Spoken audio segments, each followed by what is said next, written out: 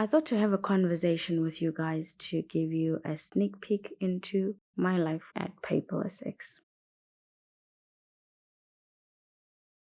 In this video, I'll cover the most popular apps on the channel to show you what a biased app review would look like if it came from Paperless X, and the obvious reasons behind what could cause that bias.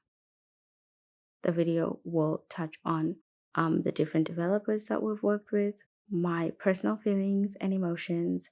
Those can be a source of bias. Naturally, the most logical reason to get biased for any reviewer is for sponsorships because they bring more money than YouTube ads. But sponsors also have a lot of demands from our experience. They want you to say certain things. They want to see the video before it goes live and make adjustments. And that is one of the reasons we don't actually have a lot of sponsors on this channel. We make sure to tell the developers that they can't be involved in our review process, and that's usually where the conversation ends with most of them. The only developers ever to have supported this channel without bias or making any demands are Nebo, Liquid Text, Kyoko Flashcards, and Noteful. And that is why we love those developers, and it just so happens that they create great apps too. If I were biased, I would probably hate Goodnotes the most.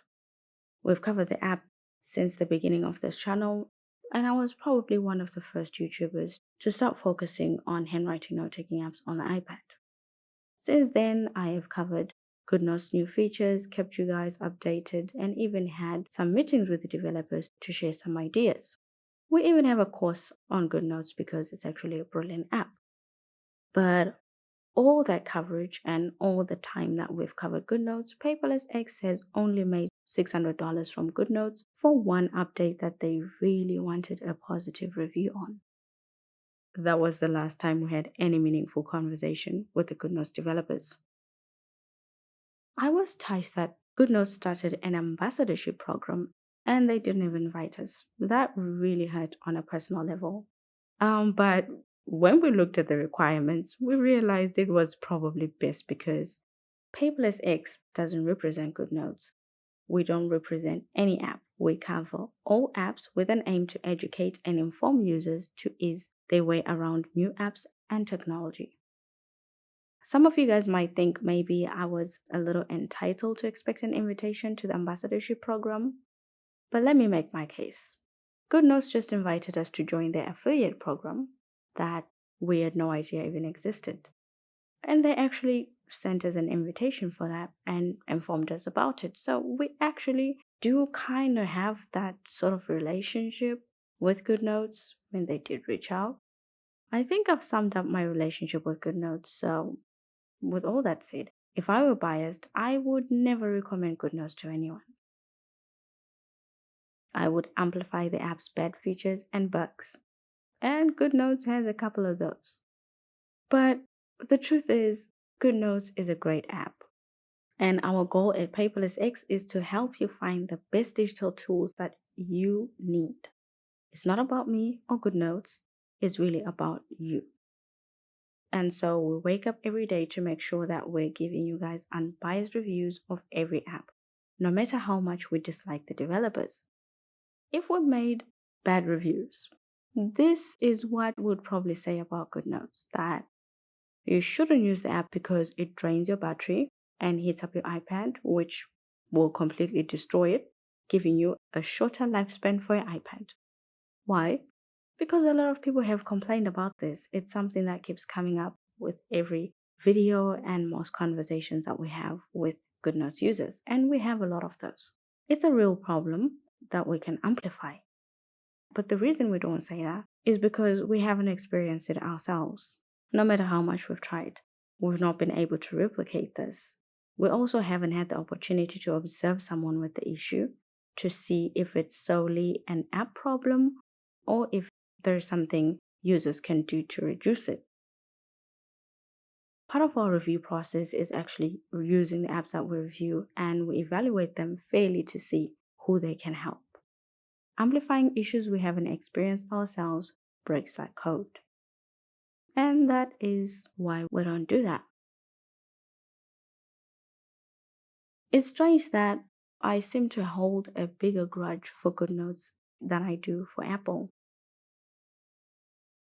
The iPad team from Apple contacted Paperless X some years ago back with a really cool, life changing proposal. We exchanged emails, hopped onto a call, and we were about to strike the biggest deal at the time. Until they asked me where I was and where I'm from. And the answer to both of those questions at the time was Africa.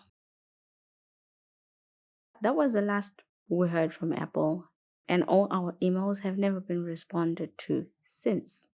We'll not get into racial profiling and all of that, but it was the first and last time so far that I've experienced that. Apple does not work with Africans. By African, I mean a person who was born on the continent of Africa, which has 54 countries. I know there are a lot of definitions for what African means, but that's the definition I'm using. If I were biased against Apple, I would have probably just closed shop, sat back, and, just became a housewife. Notability is not different. Like Goodnotes, they paid us $600 for one update review when they went subscription. We even advised them against making the subscription compulsory. Of course, the digital note taking community forced their hand on that one. I don't have any major issues with the Notability developers like I do with Goodnotes, but we don't actually have a functional relationship either since the update review. I mean, honestly, I just wish developers could get this. Paperless X is not a marketing brand. We are digital strategists trying to make sure everyone has a digital workflow they love. So, paying us for a review doesn't mean it's going to be a good one. If I were biased, we will tell you that Notability has the worst user interface of all the handwriting note taking apps on the market, which will waste a lot of your time. Why? Notability complicated every simple task for a better look. It definitely was a problem for old users at first, but I'm sure most of them have got used to it by now. It's probably a lesson for other developers. If it ain't broke, don't fix it. The Notability developers were trying to give us a modern app, and they achieved that. We can at least take that, and amplifying that would just be unfair.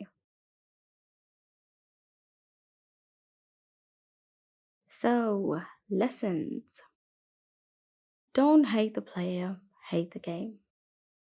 I can't do a video telling you how terrible Goodnotes, Notability, or Apple Notes is because of how I feel about how I think the developers have treated me.